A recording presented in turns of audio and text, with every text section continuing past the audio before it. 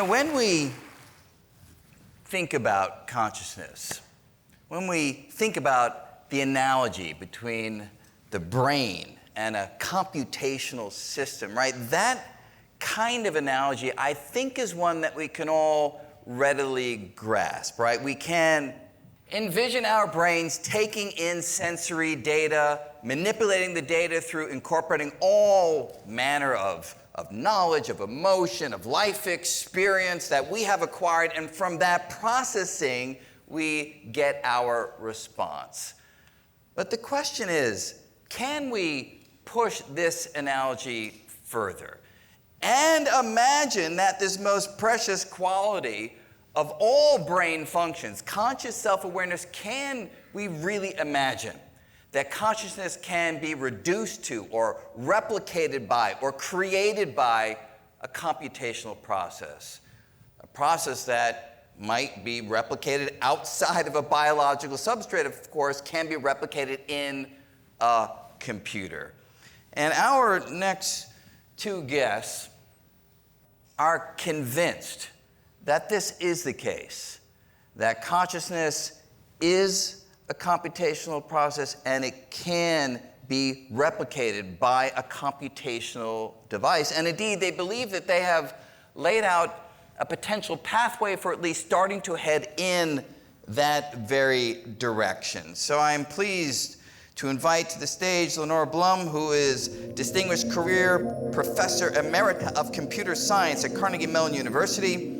She's internationally known for her work in increasing the participation of girls and women in STEM, and her current research, inspired by theoretical computer science and advances in cognitive neuroscience, lays the design for a conscious AI. Thank you so much for joining us. And we also have Manuel Blum, who is Professor Emeritus of Computer Science at Carnegie Mellon and at UC Berkeley. He's one of the founders of complexity theory and received the highest honor in computer science, the Turing Award. Thank you for being here.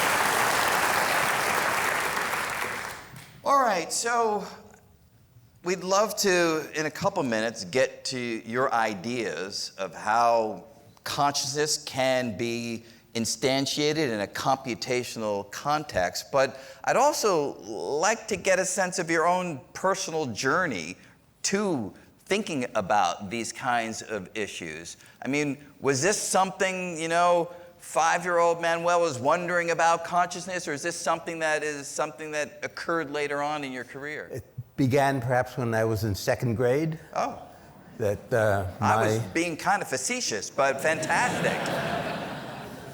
Well, you see, my teacher, in the parent-teacher situation, my teacher told my mother that, he might get through high school, but don't expect he can get to college. Really?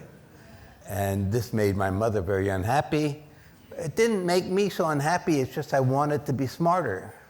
So I went home and I kept bugging my dad, what can I do to get smarter? And he had a wonderful idea.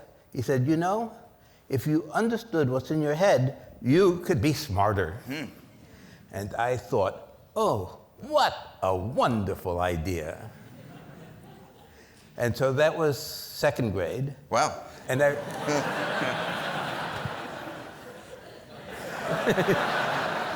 and I remember in the fourth grade, when I was 10 years old, walking in the garden, trying to figure out what's going on in my head, trying to introspect.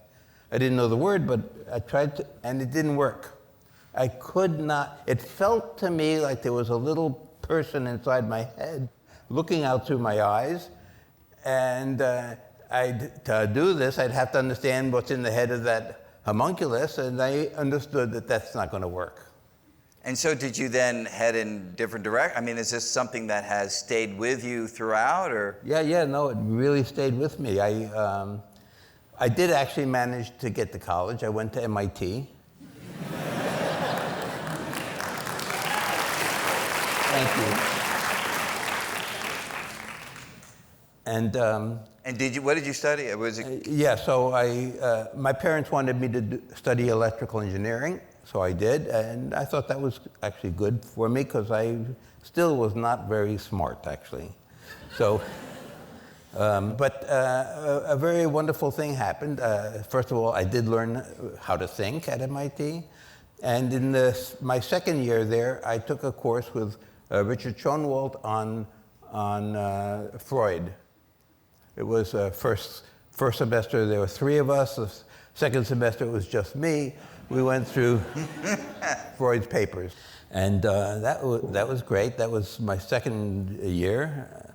And then in my third year, my teacher, Richard Schoenwald, caught me in the hallway and said to me, you know, a wonderful person has come to MIT, a neurophysiologist who actually doesn't believe in Freud. And in fact, Freud had written a paper called The Future of an Illusion. Yes. This man, Warren S. McCulloch, a great neurophysiologist, had written a paper, The Past of a Delusion. So, you know, I thought I'd go, he told me to introduce myself to him, and I thought I'd go down and convince him otherwise. He convinced me. He did a very good job of that. I went down there, I told him I wanted to work with him. He said, after you read all these books, come back. I wasn't about to read those books, but I did read his papers. And his papers were wonderful, wonderful. They were mathematical, they tried to get at the heart of the problem just through mathematics, and really well written. And so I proved some theorems, and then he took me in. And his name, Warren S. McCulloch, is the neurophysiologist who actually defined the formal neuron. I see. He and Walter Pitts defined the formal neuron and proved that you could build computers, the Turing machine, out of these formal neurons. It was really interesting that the neuron, the formal neuron, had inputs that were positive, that were exciting, and others that were inhibiting. And the neurophysiologists of the time said, we haven't seen those negative inhibitions. So McCulloch and Pitts could say, it has to be there. The mathematics proves it has to be there. And then somehow you transitioned to computer science as a dominant focus. So you have to understand that there was no computer science at the time. Class of '59, no computer science. The first computer science course taken in this country was taken by Lenore at Carnegie Tech. There was nothing like that at MIT. I see. What interested me, so you have to understand, McCulloch was very supportive. He was constantly supporting anything I wanted to do. He was positive. Yes, you can do it. Really rooting for me. Until a few months after I'd started working with him, I told him, you know, what I really want to do is understand consciousness. And he looked at me, and for the first and only time in his life, he said, you will not study consciousness. And Walter Pitts came and explained to me, well, you have this much bone between your brain and the outside world. We can't go in and do experiments. But I knew that. What they didn't understand is that I didn't want the circuitry of the brain, that wouldn't help me to understand. What I wanted was what the fourth grader wanted, some kind of understanding of what's going on. And the wonderful thing about working with Lenore on this is that I feel I could now tell the fourth grader. And so why don't we try to do that to us fourth graders here. So Lenore, you working together, you have set up a structure. As I understand it, it's inspired by computer science, by Turing machines. Can you just give us a feel for how to think about your way of describing consciousness? Yeah, so we're inspired by Alan Turing's simple but powerful model of computation. So I don't know if you've ever seen there's Alan Turing. If you've ever seen a model of a Turing machine, it's so simple. But on the other hand, it's very powerful. Anything you can compute in the cloud or in a supercomputer, you can compute on this universal Turing machine. Just reduced to a tape that can go forward and backward, a head that can read it and print, and ultimately every computation can be reduced to this basic thing. Exactly. But what's really neat about this is you can't really get your head around the cloud and what's going on out there. It's really very complicated. But you can look at the Turing machine and you can prove theorems about it, what it can compute and what it can't compute. And that's universal. So what we were doing with our conscious Turing machine is trying to look for a model of consciousness. Now, you don't mean a Turing machine that's conscious. You mean a model of consciousness that is resonant with a Turing machine. Is that right? In fact, is inspired by having a simple, powerful model. And one of the models that also inspired us was Bernard Bars's theater model of consciousness. And the theater model is you have a stage like this, and on the stage, then you have an audience out there, and on the stage you have an actor who is sort of projecting to the audience. And that's essentially what the theater model is. And a good way to explain it is, have you ever had this experience that you've gone to a party and you see somebody you know, but for the life of you, you can't remember their name? I only have that experience. How about you guys out there? Have you had that experience? Well, let's think about what's happening. What happens is, then you're driving home and the name sort of pops up into your head when it's too late to do anything about it. Yeah. And so you want to know what's going on. So what's going on is sort of like this. You have an audience of a large number of processors. These are long-term memory processors. And one of those processors gets so embarrassed that you can't remember her name, puts up a question from the audience. There's a question, what's her name? And it gets up on stage. That script gets up on stage. And the moment that script gets on the stage, it gets broadcast down. I could say, what's her name? And broadcast, you mean broadcast to the brain? We're broadcasting to the long-term memory processors, which is like the audience sitting there in the dark. They're very powerful. Each one of them are very powerful. They have their own specialties. And so when it's broadcast, what's her name? One of those processors will say, well, I think I met her at that last World Science Conference, the big one you had in New York, remember 9 years ago? And that gets, with a lot of weight, gets onto the stage, and it gets broadcast down, and another says, well, I think she was starting to be interested in consciousness, and that comes up to the stage, and then all of a sudden it pops up, oh, I think her name was Lenore. Okay, and that's the kind of process that's sort of going on with the stage model. And that's another inspiration for our consciousness. Now we have a visual, I don't know if this is the right moment to show it, of effectively the party example that you were talking about. Can you sort of talk us through the version of what you just said, but in this more quantitative setting? Right, so what we have to do now is, how is that audience going to decide which member or which of their scripts gets up on stage? And either you get together and there's 600 people out there and you have to make a decision and decide who gets up. What we have in our machine is a very well-defined process, a competition to get up on stage, and it has a really nice property that the probability of a processor getting its information on stage is independent of the location of the processor. So it's a little bit like a tennis tournament, but better. So let's see what happens here. Here you see this person at the party. What's her name? And here we have, in our brain, we have about... Wait, is that reading me? So all of these processes have little things that they want to, these are called GIFs, that they want to get into the short-term memory onto stage to be broadcast out. And they're also going to put a weight on those GIFs. So there's I'm hungry, and it's going to have a weight. Here we have a weight of 3. So that's the processor. That's the what we call the chunk. The chunk is the gist, I'm hungry, the weight 3, and that processor on top, and we're going to give it a name A, I'm hungry, so we don't have to say I'm hungry all the time. And what I want to say is that we only have 8 processes here. In the brain, we have 10 million cortical columns. In our a conscious Turing machine, we have more than 10 million processors. So a lot, but we're just going to demonstrate it with 8, not with 10 million, okay? Yeah, where's the bathroom? It probably is not that urgent because I think it's giving weight 1, okay? Right, and then we're going to see how they're going to compete soon. And then there's another processor, and it has another query. I guess it's getting cold. They want to get a sweater, and that has weight 4. And then it's too loud in here. Where's the wine? 5, what's her name?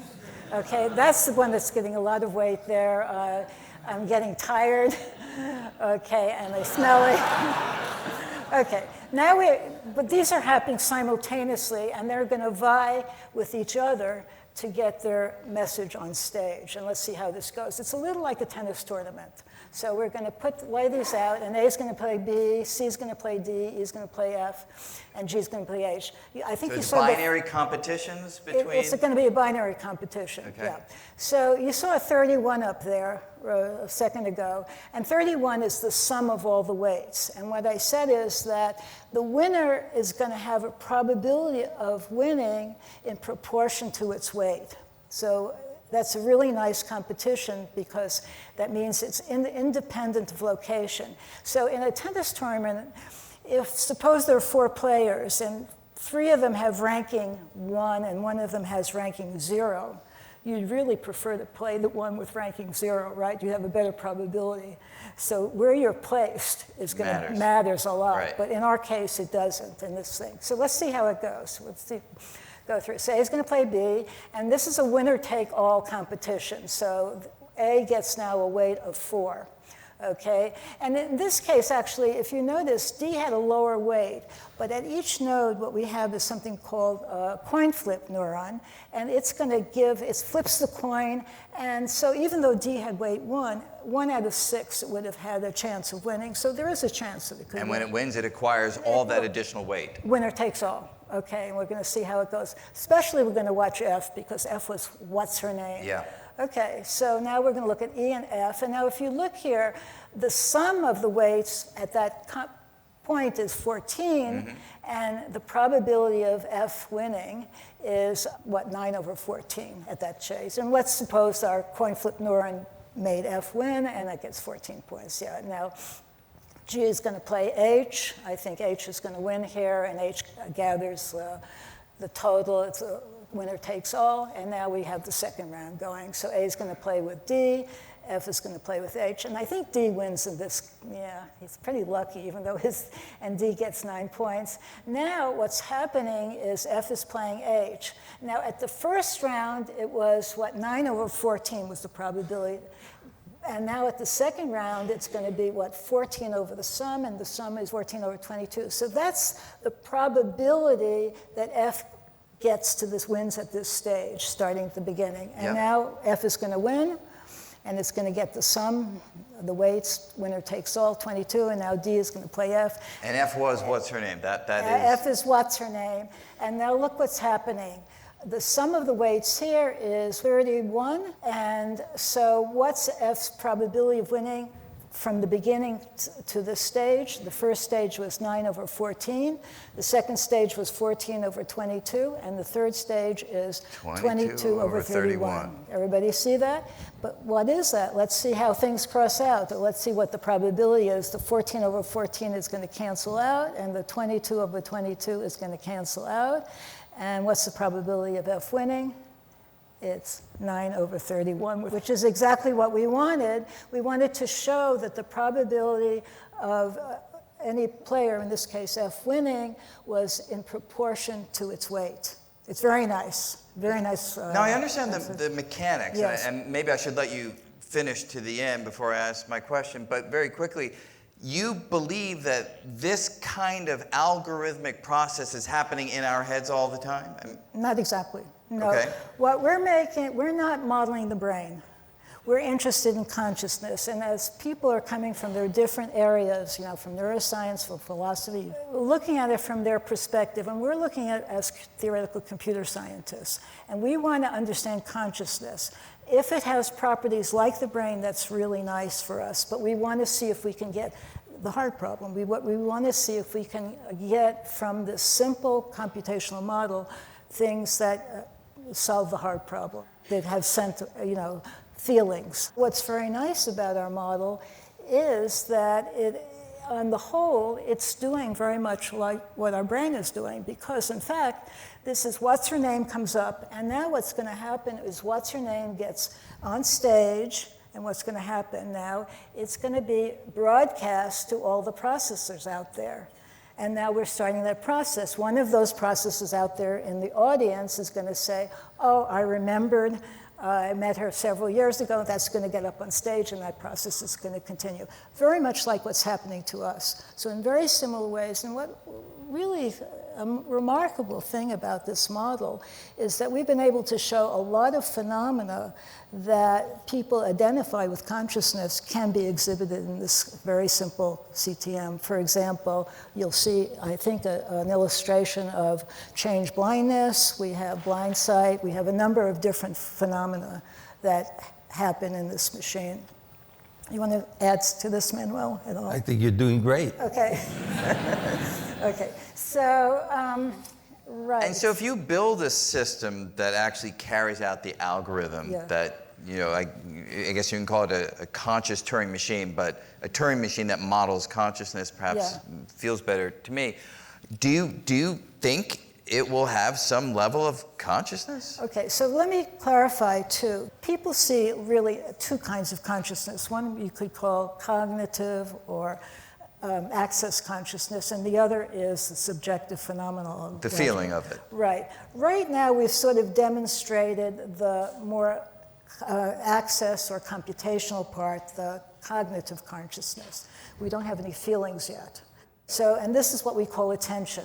So we say the conscious Turing machine has just paid attention, but attention is not all you need. And what some of these processors do is create models of the world.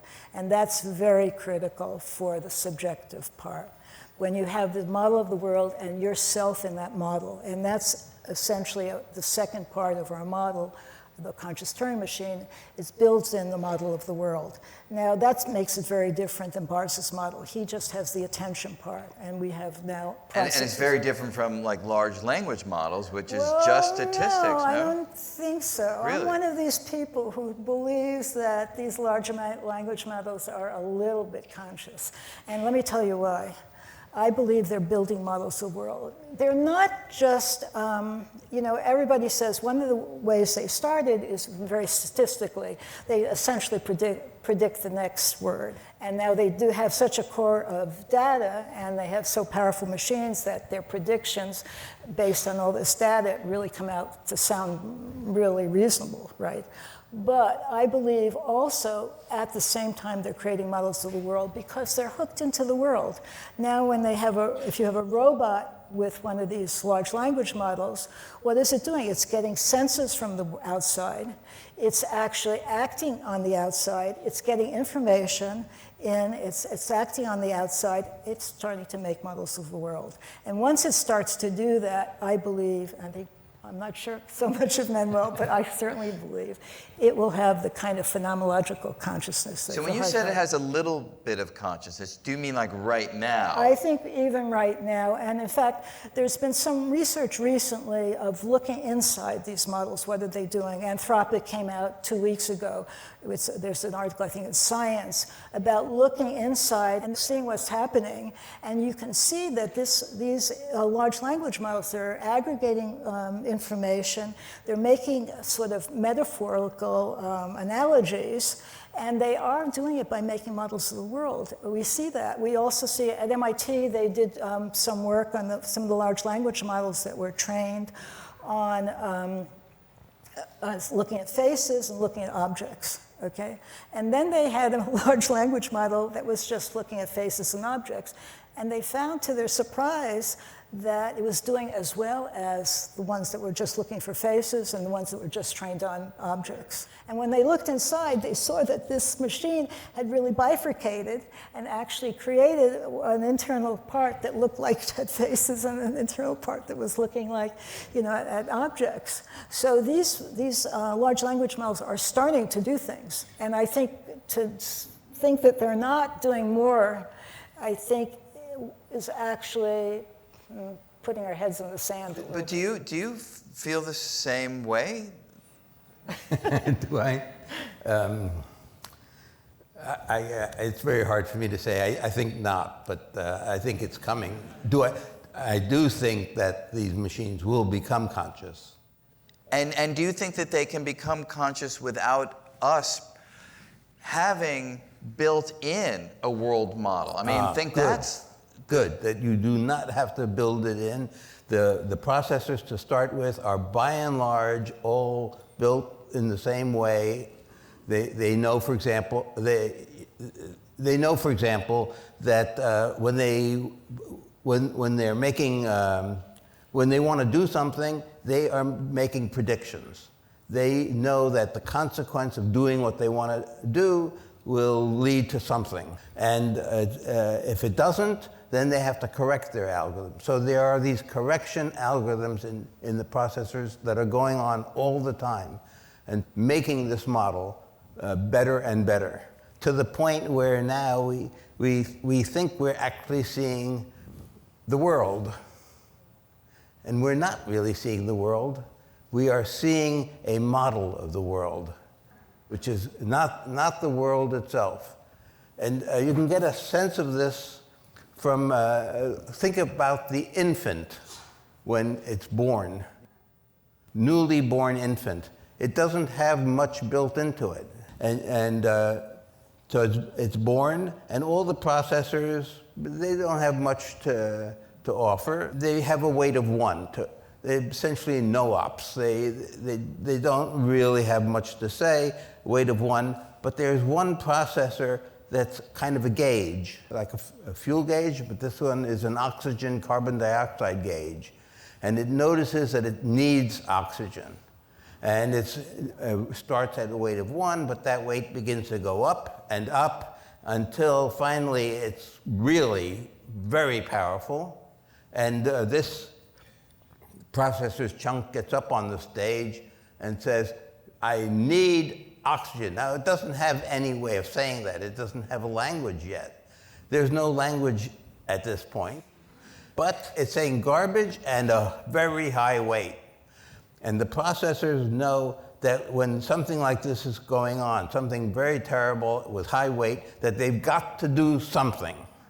Of course, they don't know what to do, all of these processors. So they do everything you can imagine. The processor that controls the arms will flail the arms. The processor that controls the legs will flail the legs. There's a processor that controls the vocal cords, and it will either scream or cry, and say it cries, and now the weight starts, the cry works, and the weight, this terrible weight, starts to go down, and the processors at this point realize, crying is good. When something bad is going on, cry, it's good. And that, you know, as so you're time saying it's goes building on, a world model from that success in that particular mode of crisis. Right. Right, and if you've ever seen Call the Midwife, you see these babies when they're born, and they're flailing all around, and everybody's happy when it cries. Because at that point, they know it's getting the oxygen, and the baby does too, and that really is a kind of satisfaction. And the baby now knows when it cries, it can get fed or whatever. So I gather you take that even further. So you imagine, I mean, if this is the baby's view right here, then it learns about itself and the world just through the innumerable instances of the example that you just gave, and presumably at some point starts to see its own limbs and recognizes some sense of self and so forth. And in this world model, it's starting to label. It starts with a very foggy world model, and then it starts to label things. And another feature of our machine is there's an internal language called Brainish, which is a multimodal language. It's a very rich multimodal language. So, for example, if you want the word for rose, you just have rose. But if you want a Brainish word for rose, you want to fuse together the sweet smell, okay, the soft touch, right? The bright red color. And those senses are all fused together. And when in the model of the world, when you label the rows with this brainish word that's fused, then you have the sensation of smell, the sweet smell. And today's AIs are really doing a lot of multimodal learning as well. So there's no reason why these AI models can't be actually fusing all of these sensations, which is the sensations which are very much part of phenomenological consciousness. So where do you stand right now? So you gave us a brief outline. I know it's just the merest taste of the computational processes that are the engine of this conscious AI, this Turing, I really should call it a conscious Turing machine that you imagine ultimately being. But where are you? Are you actually programming this? Are you building this? Is it all theoretical? It's all theoretical, sort of like string theory. Thank you, yeah.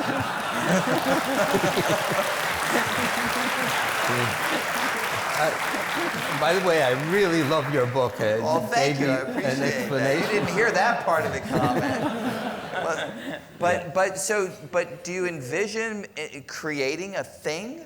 So right now, it's very theoretical. We can think of it as a framework.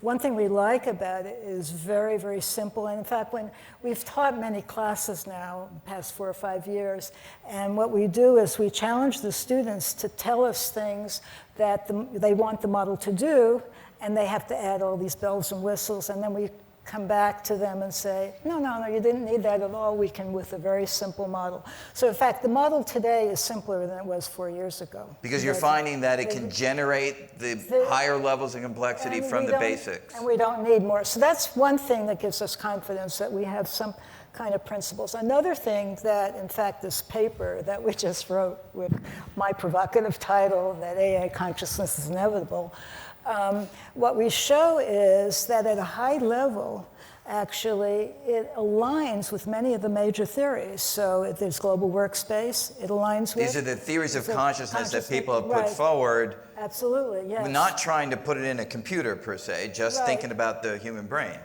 Right.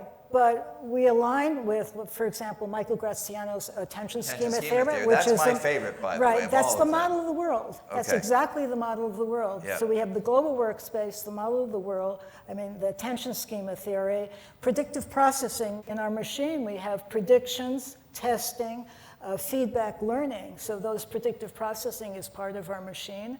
I have the 4 E's. It's embedded in the world because it has sensors coming in and actuators going out. It's embodied because it has the sensors. What's another one? It's enacted because it can affect the world. And it's extended because we allow, actually, including all the modern technology that's available, we'll allow those. Why not use that? Sure. In our machine? So then what is your vision of the future? So are we going to find ourselves in a world where there are these biological beings that have consciousness, there are these synthetic, artificial beings that have consciousness, and we all just try to get along? Well, Manuel's view is that there are progeny. I'll mention something. I was once a part of a Berkeley a thing called the Miller Institute. And people from all chemistry, physics, math, all areas were there having a nice dinner. And the question came up, how long do we humans have for survival? How long? And the numbers that came up were between 50 years and 500 years. This was 45 years ago.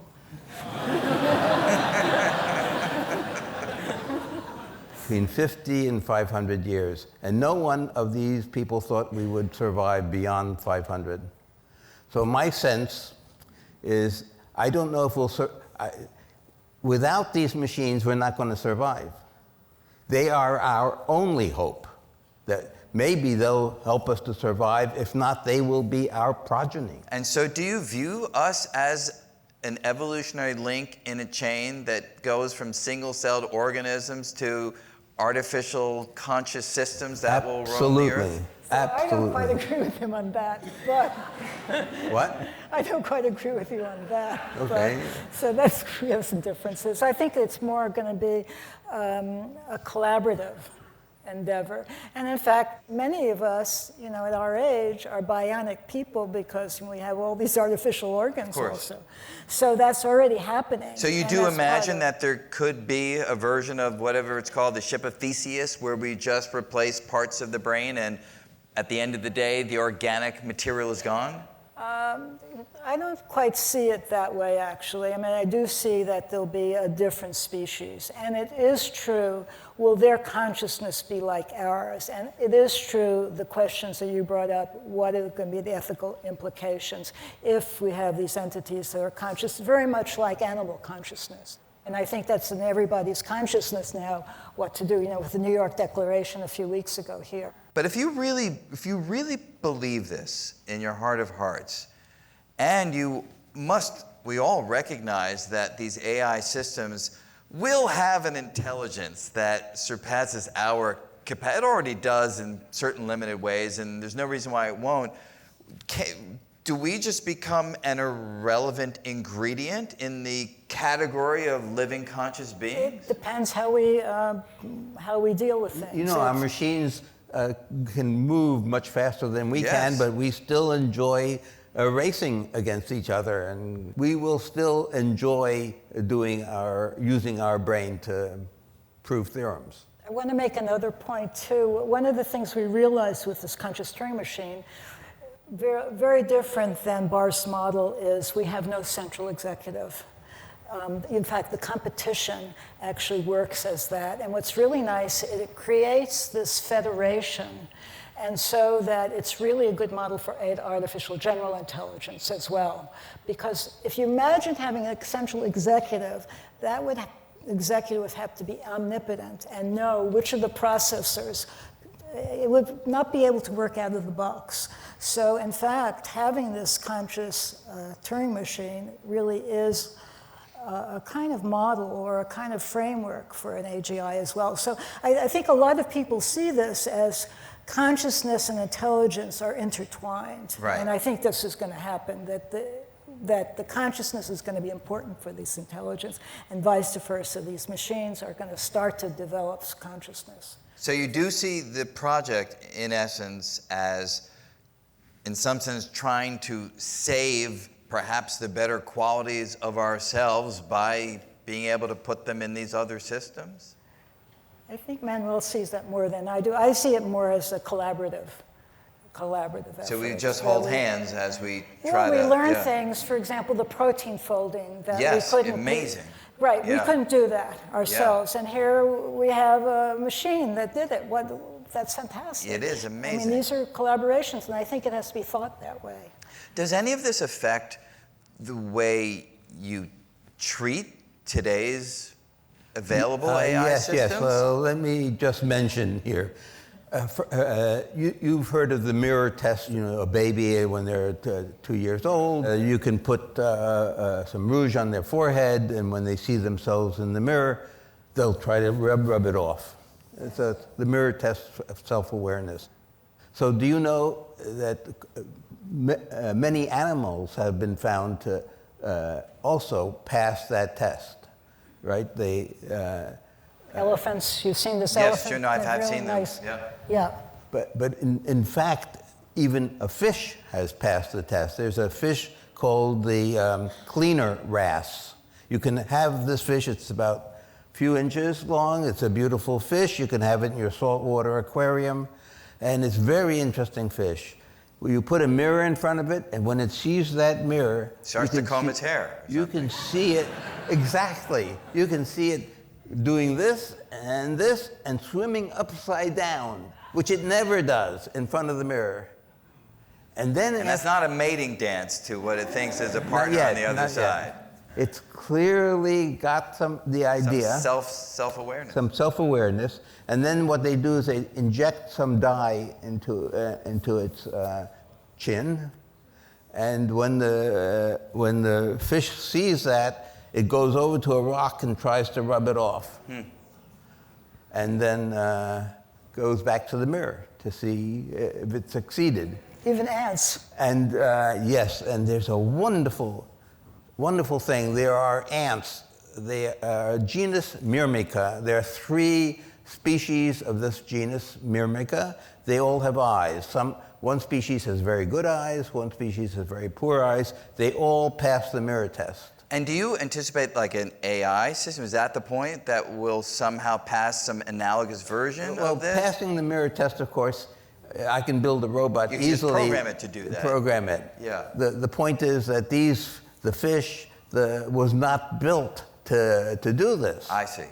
And yet it can. So if we want to tell if an animal is conscious, we're going to have to not just see what it does, but we're going to have to look at how it does it, what it's built to do. Right, which is tough to do, but it's tough to do even among us conscious beings here. Well, look, this is a fascinating arena.